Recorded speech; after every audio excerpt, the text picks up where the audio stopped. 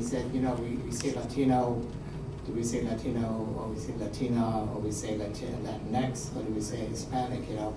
And I find that when groups are on the periphery, there's always an issue of identity and how they get presented or how they get named. So we don't know whether to say Black or African American, we don't know whether to say Asian American or Chinese American or Indian American, or should we just say, you know, from the East or whatever. So the same thing here, there's always going to be these cultural identities where people have arguments about how to represent people who are on the periphery of society, and you find out a lot of different groups. So at some point in time, I'm sure that you've been to discussions about this kind of naming and how we name ourselves. But it lends itself to the idea that a lot of groups can be left on the periphery, and the only time we pay attention to them is when something big happens, mostly negative, and then you suddenly find your group is presented as, oh, all Latinos, or all Black people, or all African American, or all, you know, we got this all, you know. And so the idea that what I'm looking for here at Bergen is, you know, we talk about the success of students and we talk about our graduation rates and everything else. But alongside that, we really have to talk about the successes and the challenges within the student populations. Because if we don't, then we end up saying, oh wow, look at our graduation rate, it went up 2%, 3%. But if certain groups are not represented there, we have to ask ourselves, why not, and how can we do better? So today, I hope that you come up with ideas, and even if you're not from the group, you know, represent yourself as a student and talk about, you know, how the problems are similar, and hopefully you'll come up with some ideas. The whole thing, this is all a team effort, folks, and it has to be a team effort. It can't be up to one person. You know, when I was doing this exercise, when we were doing this exercise, a lot of people, some people said, hey, you know, we did this 5 years ago, we did this 10 years ago, and I understand. And sometimes when we do these kind of efforts, they go away, because I think part of it is that there's not enough people that are helping to make it happen. So we have to have people other than me or one or two other people. All of us have to be part of this. So we have to be part of the solutions and be part of the problem. So it's not, well, the college is not doing this. You know, it's all of us in the college. So what we can do. And I hope that today when you talk about it, that you talk about what we can do and how we can solve issues. It's one thing to say this is wrong and this is wrong and this is wrong. But we really need to have the ability to say, okay, let's try and change some of these things.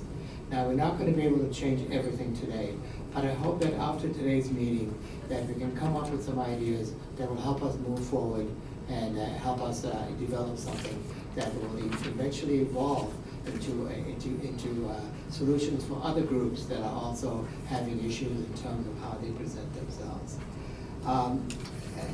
The last thing I would say is all of these kind of things that we're doing, all the diversity weeks, all these notions of Latino students, come under the president's strategic goals. And part of those strategic goals are to help us, you know, maintain our mission, and maintain our emphasis on developing, you know, addressing issues that affect different cohorts. We call ourselves the HSI institution. We really need to know what that means. And we need to know how we can become more identifiable as an HSI, Hispanic serving institution. We do get money from the government. We do have to satisfy certain things to become an HSI institution. We have to have a certain number of students that sign up and identify and self-identify as being part of this group. So there's a lot of different things that go along with how we identify with what a group is all about, okay? But what I'm going to do now is that I want to talk to you about the data. And the data, you know, is very startling. The data is going to show you a lot of different things about Hispanic students or Latino students. It's going to show you how they're doing in terms of graduation. It's going to show you how they're doing in terms of dropouts and different kind of aspects. I don't want it all to always be negative, because I think that the Latino students bring a richness to the college, a cultural richness, and people like Gloria are trying to expose that as well and make us aware of that.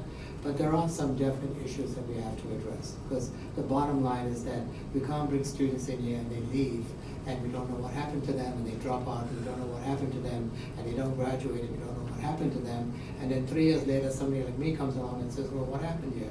Oh, 5 years, 3 years, 10 years ago, we talked about it and it all died out. So we need that continuity. We need you guys to be leaders. We need everyone in this room to say that it's our problem. It's not just, the college's problem. But we also need leaders. We need people to come forward and say, I will take the reign, I will help, I will make sure this happens. Because if you don't, then it's all going to go downhill again. Okay? So I want to introduce you to Dr. Karolina Wolfe, who is the assessment director and guru of the college. And Karolina is going to go ahead and talk to us about some of the data that as it pertains to Latino and Hispanic students. Dr. Wolfe?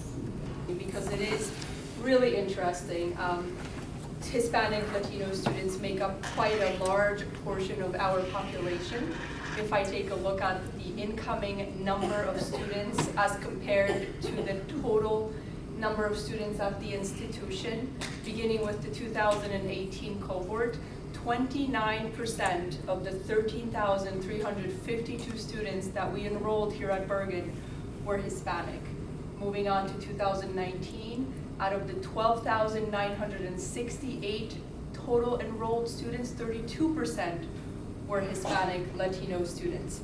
Moving to 2020, fall of 2020, and when we report data, everybody, we focus on the fall enrollment because it really trends beautifully over time and we can benchmark. So what you'll find is institutions generally present the data based on fall to fall enrollment, graduation rates based on a 2 or a 3-year graduation rate prevalent. In a community college setting, what you'll hear mostly is a 3-year graduation rate, which I'll demonstrate to you in just a moment.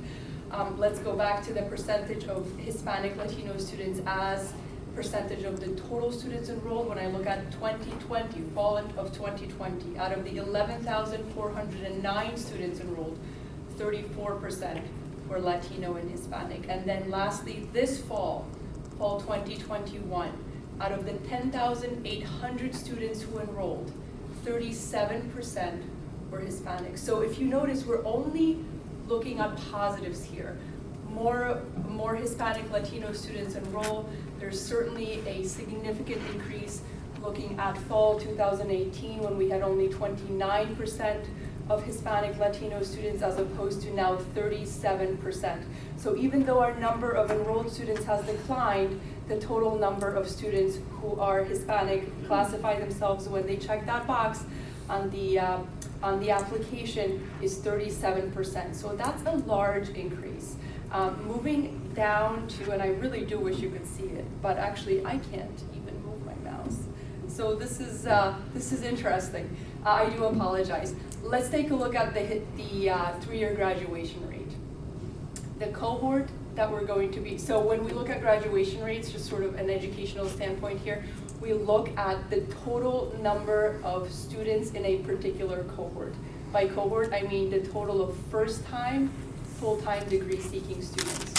So in order for me to measure the 3-year graduation rate, I have to have a student enrolled here over a period of 3 years, so 6 semesters. So we'll always be looking at some back data. To you it seems like back data, but if I'm looking at a 3-year graduation rate, I cannot go any further forward than the cohort that arrived here in 2018, so which is the most recent one. Let's start with the oldest cohort of students. So those who entered Bergen Community College in 2015, fall of 2015, there was a total of 2,515 students. 20% were Hispanic Latino. Those who entered, thank you. Even make do. Of those, oh my God, and we're gonna need a screen. Go for it. Let's hope that is not a permanent marker. Of those students who entered in 2016, there was a total of 2,679 students who enter as part of that cohort. 19% of them. So we see a decrease of a percentage point. 19%. What date was that? What date was that? So that's the cohort of 2016. I do think that it's something majorly wrong with my work PC, because the moment I disconnected it from the port, it literally died. We have So- HDMIs that you Yeah. can plug in, but I don't know where they closed everything, so I don't have Well, access to are it. you guys okay with me reciting this? I think we're good, right? It would be a Okay. better visual for sure, but I think for what we're trying to do is to demonstrate to you that there's certain areas that we've increased, for instance, in the enrollment sector. We obviously see that uptick. In the graduation rate, we see a very interesting variance. In 2015, a total of 20% of students who were classified as Hispanic and Latino graduated within a 3-year period. Now let me just jump to 2018, so the most recent cohort, 18%. So we see a downshift. However, we also see a lower number of students, okay, in that particular cohort. We go from having 2,500 students, 2,515 students versus 2,166 students in 2018. So there is probably a slight variation also due to the number of students that were enrolled. But we do see that downshift. However, if you actually want to reflect on the 2017 cohort, only 15% of the larger number than the 2018 cohort, 2,312 students were total in that particular cohort. Only 15% of those classified as Hispanic and Latino graduated within a 3-year period. So you see, it really does vary, and there's factors that influence that. We will be doing a deep dive to really see where that downshift occurs. We want to become a data-informed institution to really be able to say, you know what, we experience a decline of 4% because of students not receiving enough financial aid, or students needing to perhaps drop out because of difficulties with their family situation. Perhaps someone needed to gain employment full-time, which precluded them from continuing out of college, in a college setting. So again, we start with the 2015 cohort with 20%, then the 16 cohort, 19%, 17 cohort, 15%, and 18 cohort at 18%. So it really does vary, but overall average, I would say, is an even 17.5% for all those years combined. Now, moving on. Non-persisters. So we classify students who are non-persisters as those who did not graduate, who did not transfer, and did not re-enroll at Bergen from fall to fall. So just to give you an example, those are students who, for example, decided that they are, again, receiving not enough financial aid. Those that might be having a difficulty with needing to continue because of a family obligation. Same reasons why students don't graduate, same reasons students do not persist from fall to fall. They may return the next semester. However, once you come out of a cohort, that's unfortunately included a little bit later on. So for the cohort that I'm going to speak to you about, there's going to be 3, 2015, 16, and 17. So within the 2015 cohort, remember I mentioned the total number of students actually in that cohort was 2,515. There was a total of 1,081 of those 2,515 who did not persist. So they did not graduate, they did not re-enroll the next fall, and they did not transfer. Of those 1081, 29% were Hispanic and Latino. If I go down to the 2016 cohort, there was a total of 26%, and that the number of total non-persisters was 1,088. So a slightly, yes. What do you have numbers to compare that to the general college population? Yeah, so when we look at cohorts, that gives you sort of that best summary, because once you look at the total population of the college, Okay. it isn't an equal playing field. We're not looking at all of the same students. There isn't an equitable playing field. I'm just wondering, like, what are the numbers? Yeah. Compare and contrast. So I don't have, so in 2018, we had a total of 13,352 students. Mm-hmm. Of those, 30% did not persist, but of those, 1,118 did not present. So 30% of the 1,118 of the 13,352. So, sorry, I don't mean to be. No, you're asking a valid question. I just want to make sure that we're comparing apples to Yeah, apples. yeah. So when you look at these cohorts, the best way to really look at them is to look at only students who are first-time, full-time entrants, who are degree seeking. Yeah. So while it's great to look at the total population, Yeah. I'm somewhat, torn when I do the comparisons, because you don't want to compare cohorts to the total population in this particular Yeah. instance, No worries. because it becomes quite even the way we're doing it. So you see that while the number of non-persisters remains somewhat unchanged, the number of Hispanic and Latino non-persisters goes from 29 and 15 to 26. So we had a dip, percent male and 57% female. So notice how closely that mimics the actual total student breakdown in terms of gender versus the Hispanic student breakdown of gender. So we don't want to overwhelm you with data. We wanted to really just give you a demographic overview so that Dr. Chunu and the rest of the presenters can pick up from there and sort of give you some background info about some programming and of course other findings that we have. All right, and we'll follow, we started a very deliberate and targeted deep data dive, so that we'll have a lot more information that's targeted towards a specific population that we'll be sharing and communicating with the college community. Thanks so much. Thanks for your patience with the technical difficulties. I'm not sure how I'm going to do my other presentation at 2 p.m. This is interesting. Thank you. Thank you. So I'm going to put this mic down. Let's start. So we had question 1, and as we've read it, and he already just mentioned it. What are challenges to students feel academically about Bergen? Classes, professors, degree programs, and then provide an example. So we started off by saying we need a first-year experience department for first-generation college students, because a lot of our students that are coming into Bergen now are first generation. They don't know, they haven't seen college or heard of college ever before in their life, so it's their first time here. So we do have departments, right, that help all students, but we need to target more first-year students. In addition to that, it will, help with retention. Then we have a question that they brought up was, what is the ratio of Hispanic professors versus Hispanic students, right? So I did write something about that, but I didn't throw it there. And so that comes in with diversity, equity, and inclusion, right? Students strive more when they can see someone that looks like them, that share experiences like them, and that creates opportunities for mentorship. It builds on their confidence because they're like, oh, I want to be like that. Oh, I want to be like you. Oh, so tell me more about yourself and your career and things like that. And so that would help also with retention.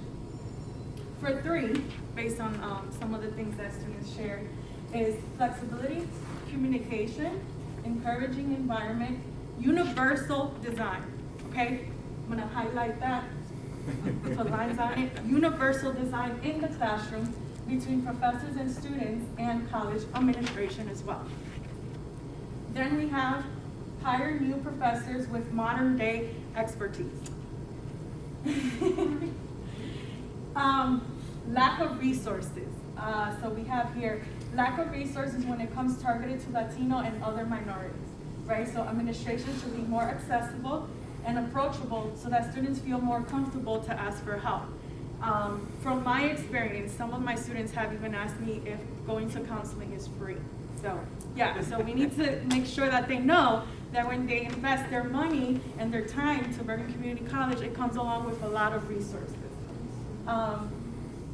Latino resource room and have people that speak Spanish. And then what do we have here?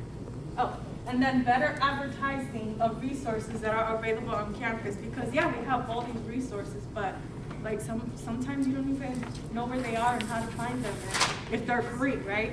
So this is also important. So this is from our table over there. That was 1 and 6. Thank you. All right, thank you so much, Carmen. You can leave it up there. Don't worry about it. Shay, are you gonna need the microphone? I just. Yeah, get up there. All right, Shay from Table 2, how do students feel about their presence at Bergen Community College?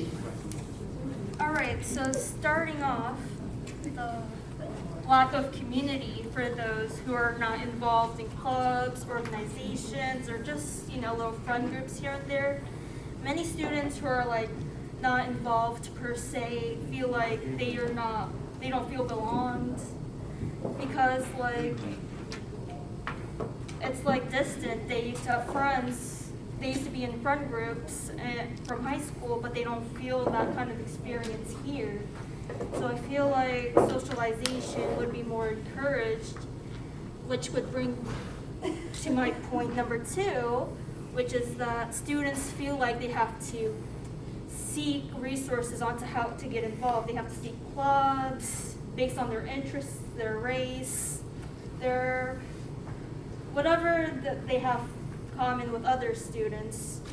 They, especially with diversity group, clubs, I feel like they should be more introduced to students, so that they feel more comfortable in the space that they're in, basically.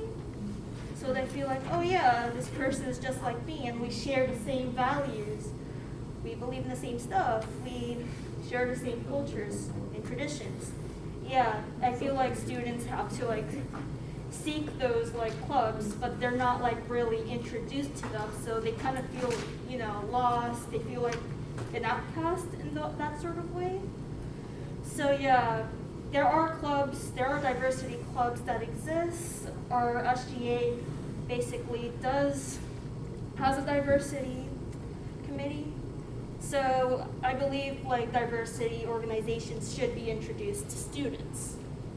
And and lastly, students who live out of county, the experience can be quite isolating, especially when it comes to seeking transportation, not being familiar with the whole town itself or the people that live in Bergen County.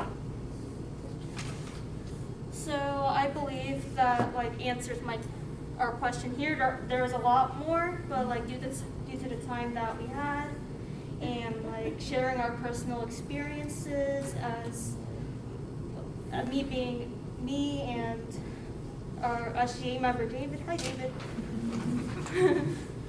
as Asian Americans in here, we do feel at some sort of extent that it can be a little isolating. So yeah. Thank you for sharing.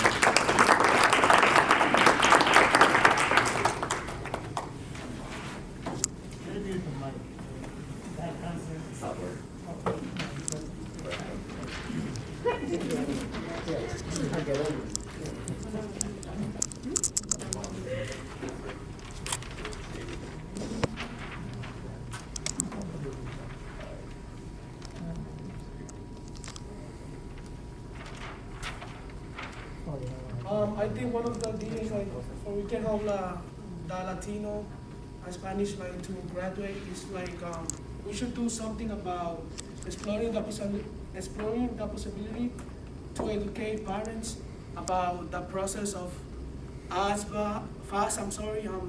transferring and getting the right school for they can own for their own profit, and if we should help the parents for they can know the fundamentals for the student, I think that would be a good idea. Yeah, I also say it's typical that Hispanic parents, they're not as involved in they don't really have many don't have college education. So if a student is trying to go to the parents for advice, information about the college process, they can't really help because a lot of the time they're not really that informed about it because they don't have the experience of going to college and that. So these sessions where they could learn about this whole thing, that could help. And also one of the biggest things holding back Hispanic students from graduating is a financial aspect. So we were thinking what if we did fundraisers to contribute to the scholarships that they can apply to, and in that way they can get more money, and it makes it easier for them to like graduate, like afford college. And also we can do like some culture like for them, like those events, like for they can feel familiar, and they can feel like when they go to those events to get like that fundraiser, it can maybe be culture like for their own country, and they can get like when they come to Bergen, they can be like a family. They can they can be like, oh, I belong here. You know what I mean? Like I belong here. I want to do this. This is my experience. Like this is my culture. They're doing this. I want to feel like more familiar doing that. And another thing, we were thinking about it. We can relate maybe to LASA. We can do like an office where a student can go right away and ask that question. Because sometimes we get a lot of emails or stuff is going on, but we don't pay attention to the right information. So sometimes we should like maybe create an office that students know. Here you can go and get like information about scholarship, and they can go right away, and they can easily get that information is required to.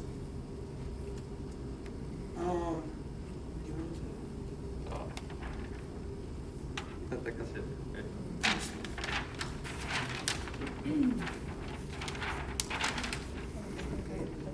Yeah, I think we said that. Yeah. I think we're good. Thank you so much.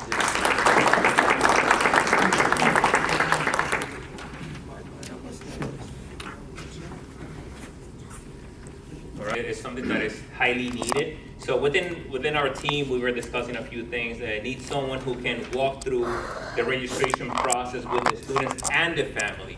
It is important for us to recognize the value of that home influence that we have within the Hispanic Latino population, and sometimes we do not have that support at home. I was a first-time generation student that came to college, and I did not have that information at home. I couldn't ask my mother and my father about financial aid. They have no clue about scholarships. They didn't even understand the educational system in the country. So for me to be the person to educate the next generation, it was a huge process. And I always use my sister as an example. She came here in 2014. She was the valedictorian of the school in 2014, transferred out to Stevens on a full-ride scholarship. She's now attending medical school on a full-ride scholarship because she had the right guidance. So I don't brag about what she does, I brag about how someone with the proper guidance can achieve. And that could be every single one of you here. For us to be able to do something like this will be huge. So what else do we have? Diversity, and I'm glad that the first group, from what I've heard so far, 1, 2, and 3, we have a lot of similarities. So diversity within the faculty body, you're right. When we look at that authority figure and we want to feel that identity, we look at our numbers and they're not that great. I feel that we have to be doing a better job. Can I talk to that faculty as an office hours, and can we possibly communicate in Spanish? A lot of the times we don't have that option. So can we increase that number? Hopefully we can, and I believe that we can. Same thing applies for the student services. Can we have more student services that are offered bilingually? Can I go and talk to a counselor academically, transfer, career? Tell me about what are my options as a student here at Bergen, and can you tell me how is that going to impact my employment when I get out of here? And tell me that in a language that I speak. So can we do that? And again, I believe that we can do that as well. Same thing for, let's say, tutorial services. Can I go to the tutoring center? Can you help me with something as simple as terminology? We have a lot of students that have attended schools outside of the country, and they come here well equipped with education and knowledge, but sometimes making that transition, the translation into the right terminology, can be critical and can be a huge impact on their academic performance. Financial aid workshops bilingually. So I know that some of the members of the financial aid staff, they speak Spanish, so sometimes we overwhelm them. Like, just go and talk to them. Go and talk to Jeanette. Like, they'll be able to give you the guidance. But if we had a bigger pool of individuals within the school population that can address these kind of requests, students that need the speaking language, that would be great. So again, more diversity, more bilingual services, that would be great. Culturally sensitive training is school-wide. This is not only for the faculty, this is also for the staff. Sometimes we need them to understand. It's very important, and we need to address it. What else? An awareness campaign. Someone else also talked about, feeling that that sense of belonging. What can I do? We have a really solid program. I'm happy to see some of my members here within the STEM program. We have very solid clubs. We get together on a bi-weekly basis. We work on projects. We do all these cool things over the summer. We spend more time here than we do at home, and that translates into projects, translates into opportunities, translates into scholarships, translates into amazing things. Can we do that at the school-wide level? And I believe we can. We just need to find the right individuals that can lead those incentives. What else do we have here? Okay, this is a good one. Do we need a better website presence when it comes to Hispanic population services? We brag about being an HSI institution. I'm telling you, we can survey the student center right now, and a handful of students are going to understand what an HSI status for an institution is. They'll tell you, okay, what are some of the things that we do? Are we this Hispanic survey institution, or are we just a Hispanic enrolling institution? I'm happy to see those numbers that we heard at the beginning from Karolina, but if more than a third of our student population is Hispanic, what are we doing to better serve them? And I believe we have to do a much better job when it comes to those services. And I believe I already covered everything, but again, I'm very happy to hear that the students and us, we're sharing the same sentiment, and I'm hoping to see that this is going to translate into action rather than just a couple of bullet points on a piece of paper. Thank you very much. And like Carmen said, and we came up with, one of the things that we definitely need on this campus is to be more transparent about our HSI status and our community. I happened to look the other day, and there's a very small print at the bottom of our webpage that says we are in HSI school. Okay, that should not be the case, because like Louis says, we're promoting it, we're getting funding, and therefore we're proud. Latinos are very proud, and we're proud where we come from, and we're proud to help our students get from point A to point B, and we want to ensure that we provide those services. But when our institution has this little tiny little word at the bottom of the website, what's that to be proud of, right? So definitely we need transparency in our community with our administration as well, with support on that end, okay? We also need to create, I'm sorry, I should take this off. We also need to create a more welcoming and a safe environment for our Latino students. In general, we should be providing that for all of our students, right? But for the sake of speaking about Latino Heritage Month and our Hispanic population, we need to have that welcoming feeling to our students, right? They're coming into college for the first time. We are as large as a four-year school, and they're coming into this institution, A, not knowing how to speak English, and B, totally lost, and they don't feel welcomed. One of the ideas would be more sessions in Spanish for financial aid and registration. A lot of students have no idea what classes to pick, where to start, especially when they're high school students and they're coming in and this is their first year.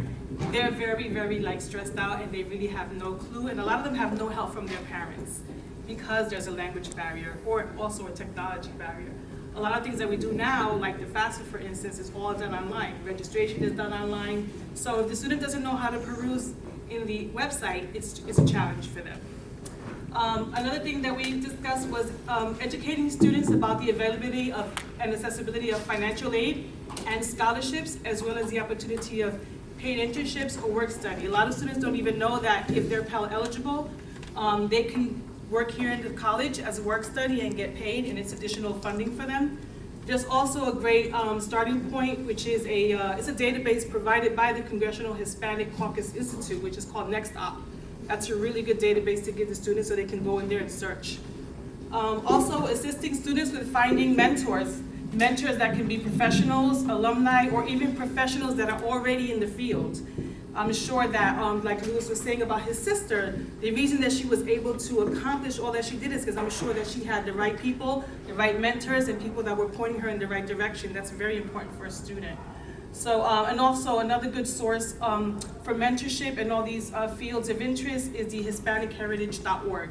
That's a very good website to go into and get information on as far as mentorship is concerned. Another challenge is being constrained by family pressures. I know about this because my mom was one of them. Latino parents tend to be very protective parents, and some prefer their children to stay at home and go to college and commute. And sometimes this hinders the student from that full college experience, okay? Because college is not just going to classes. There's a lot of things, a lot of activities that need to be done, and a lot of them take a lot of time. And Latino parents sometimes are a little like, they kind of hold on to the child and they don't want to give them that full independence at the beginning. That's just the way they are, culturally, some of them, not all of them. So, and it's also due to the socio-economic situation that they're in. Sometimes they're depending on that student to go to school and also work to help financially in the family. I've had a lot of students who come in the financial aid office and they say, I can't take a full-time course here because I have to work and I have to help my parents. They're depending on me to help them financially. And it's sad, but it's true in this day. It really is. So support services. The students tend to college and work to help their family, like I said, give more support services to the students. Like Louis said, I know that there's a lot of subgroups of supports that are being done, but more on a college-wide basis, so the students know that these services are available to them. No, I just wanted to add to this point a little bit, to these two things. One, I was that student. 4 years after I came to this country, I started college, and my parents didn't know any English. I barely knew any English. So all that FAFSA, financial aid, college application stuff, I had to do on my own. And a lot of the parents don't know, so they can't guide us.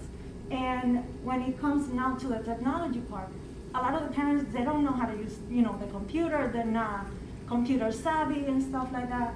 So holding sessions, kind of guiding them on the process, could help the student to feel more like, okay, I could do this, and if I can, my parents will help me because they already know a little bit, or they know somewhere that they could go for answers. Mm-hmm. In regards to this, sometimes it's not even about helping in the household, it's because the parents cannot provide the students with certain things, so the students have to work to be able to provide it. Because my parents have been here only 4 years, they didn't have the greatest job at the time. So in order for me to have access to certain things, I have to work. So that puts pressure because that's, you're not the traditional student that just goes to college. You going to college and you're also working. So that's another responsibility added to you. So we need to be a little more understanding of the different financial and economic situations that the Latino students are facing on this day. So that was it.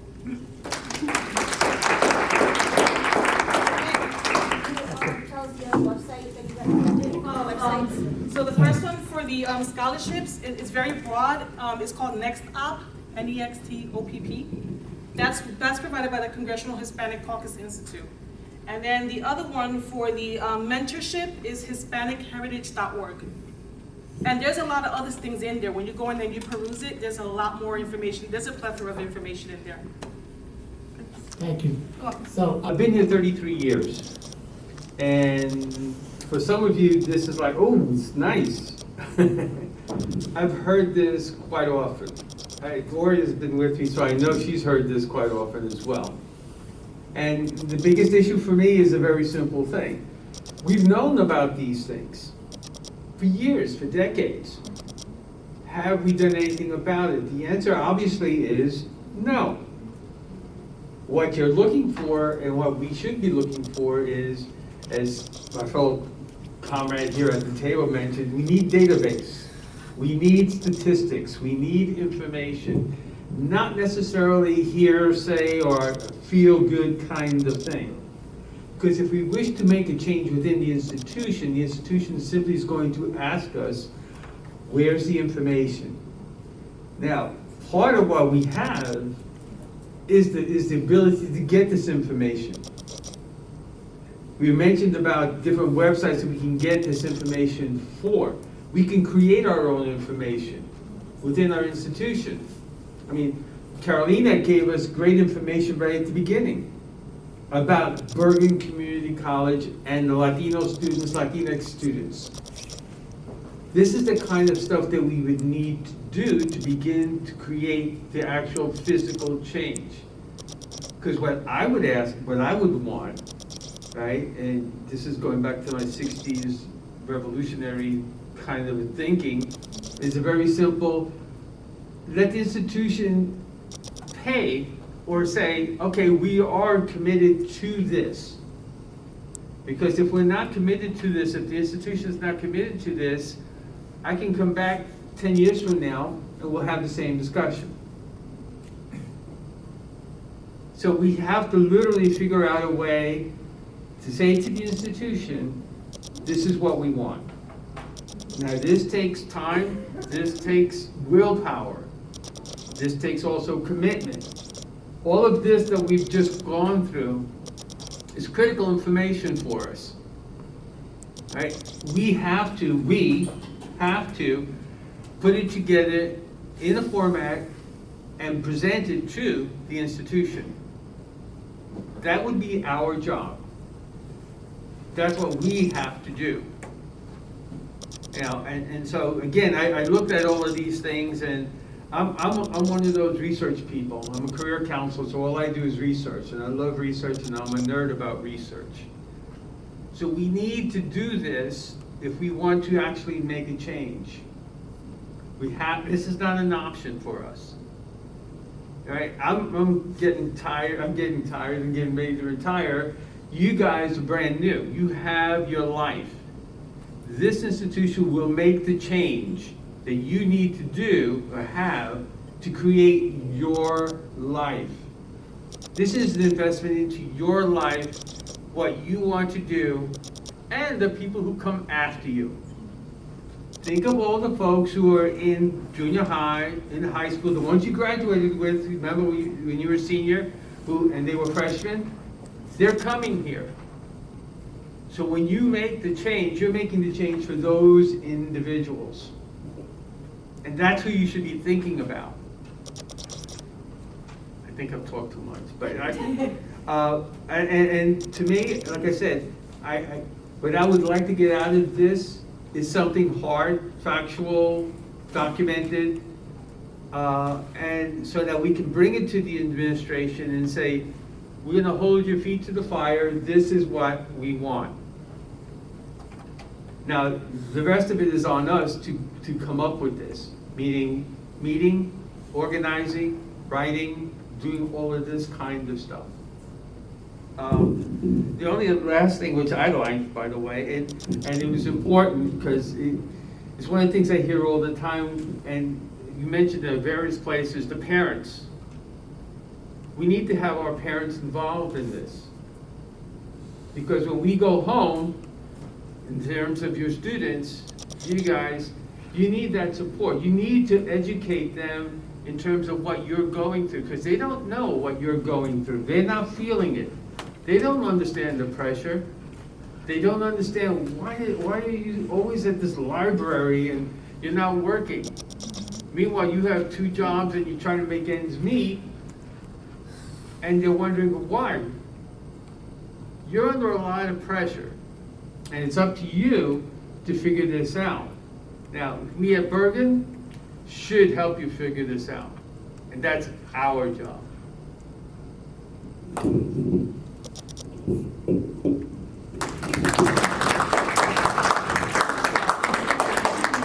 I think we've all touched upon a lot of the things that we're all thinking in terms of how we're going to be servicing our Hispanic community within Bergen. The numbers show for themselves. We are increasing our numbers as students every single year. We're not able to get everybody through the process, and we have to see why. Even though it varies, there's definitely reasons why. And yes, the family has one of the biggest components in Hispanics. I think there's a lot of workshops that need to be introduced with family members. I currently work in admissions, and I was the only one doing the admissions Spanish version of the admissions virtual information session on a monthly basis. And what I found is it wasn't the students that needed to speak Spanish. Sometimes it was, but it was usually their parents. So what I would find is I sign up, buenas noches, hola, ¿cómo están? Hi, how are you? My mom is here, she wants to talk to you. Okay, you know, and I'll gladly talk to their parents and I'll gladly explain it to them, but the students understand, but they need their parents to understand so that they can have that support. You know, a good friend of mine once told me about the Hispanic Effect. There's something to be said about Hispanics and their family, how it is that we can persevere together, you know, and if we don't have them involved, I think that's one of the biggest things that we're kind of falling off. You know, these workshops have to be including the parents. They have to be involved so they understand. There's so many services at Bergen, so much. We can assist students getting computers so that they can be able to go to school now when they're online. Does anybody know about this? Do we all tell people about this? Or is it only in that dear moment where we're reaching out to somebody here or there that we find out? There's so many services in terms of mental health. We have a lot of things that we can offer for students that are just starting and they want to start with the ALP. Sometimes that's not the right start for them. Who talks to them and explains to them, maybe you should be starting in Hackensack, you know, in terms of financial aid. We know 30 credits only is being paid by the federal government. So if it's 4 semesters, that's 2 semesters that are being covered. Who is helping them cover the other 2? Do we have foundation scholarships? Do we have classes? Like, God willing, you know, I'm gonna be in a meeting with Carol Mealy and Iris Buccino. We're trying to incorporate an IST course for the ALP community. So when they're looking to have 1 or 2 classes to have at least 6 credits so they could take out a loan, we're gonna hopefully be able to help with that. But it can't just be 1 IST course. It has to be several different places where they can look for these resources. The scholarships, the ALP, maybe a different type of grant, anything that can be done. If we're receiving these fundings, there has to be a way. And data is what's gonna drive us. Data is gonna be what we're gonna be able to say to the president here. This is the information that we got. Look at the numbers. Look at all the other institutions that have higher numbers. This is how they're being successful. You know, I think we do a great job. I really think we need to do a lot more. You know, I hope that this is not going to be the end of the conversation, and I know a lot of people have gone through this throughout the years and are a little jaded. I don't want to be jaded. I am enthusiastic and I am very hopeful. I really think that within the years to come, things will change and they will get better. But we all have to push and sometimes give a little bit of ourselves. And I know we probably stretch ourselves out enough as, you know, being employed, having home lives and everything else, but sometimes we have to give a little bit more just to try to get to that end goal. And hopefully with these panels and with these conversations and with all these bright minds that we have working with us as students and as, you know, co-workers, we'll be able to get there. That is the hope. Can you look at names, the people who I'm just going to run through a few quick ideas I had. I'm not a stats person, but I understand what Karolina was talking about. I'm more interested in surveying the students to find out why they dropped out of school. How are we supposed to help a population unless we know the reasons why? Use successful Latino students as mentors. We talked about hiring staff and faculty. I don't see that as realistic in the next few years. So we have a lot of Latino students who are very successful, gone on to other schools. We have ones that are attending now to their 4.0 students. Use them as mentors for the other students. Talking about seeing somebody that's similar to you, who's more similar to a student that's sitting in the same class as you are right now. And my last thing is, I think we need to do a specific Latino open house.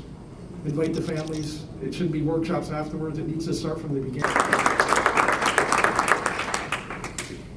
So Bergen Community College actually plays a huge role in my life. So I was once a student here. I graduated with my associate's degree, and many of the people here have actually guided me throughout that process. Ralph, Tim, Gene, ever since I was a student here back in the day.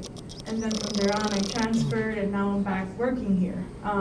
And so just to kind of repeat, I guess, because at this point we all have addressed the same things and we all are thinking alike. So for the people on the 3rd floor, right? So we need to address the systemic barriers, right? So diversity, equity, and inclusion. You need to value the employees that you already have here who are Hispanic, right? So equity, you know, pay them more or pay them for what they're worth so that they can feel like they can actually are more supported while doing their job. Not only that, but including them in the conversations that are going on campus or in workshops, and having more workshops that are just Spanish speaking. And so we mentioned also, you know, more people who look like the students. And so we talked about that. And then also, in order to create change, students must have a voice, right? And everything that pertains to their college experience. right? The students choose Bergen, they choose to invest their time, their energy, and their money, funds, whatever it is, that's valuable to them at Bergen. So you students, you are going to make the difference, right? So you need to have a voice.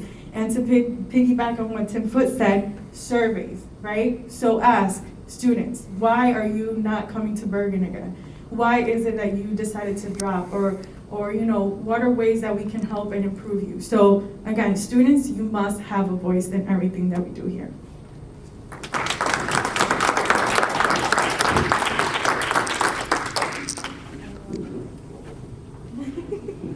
Folks, I know we're closing, so I'll just take 30 seconds here.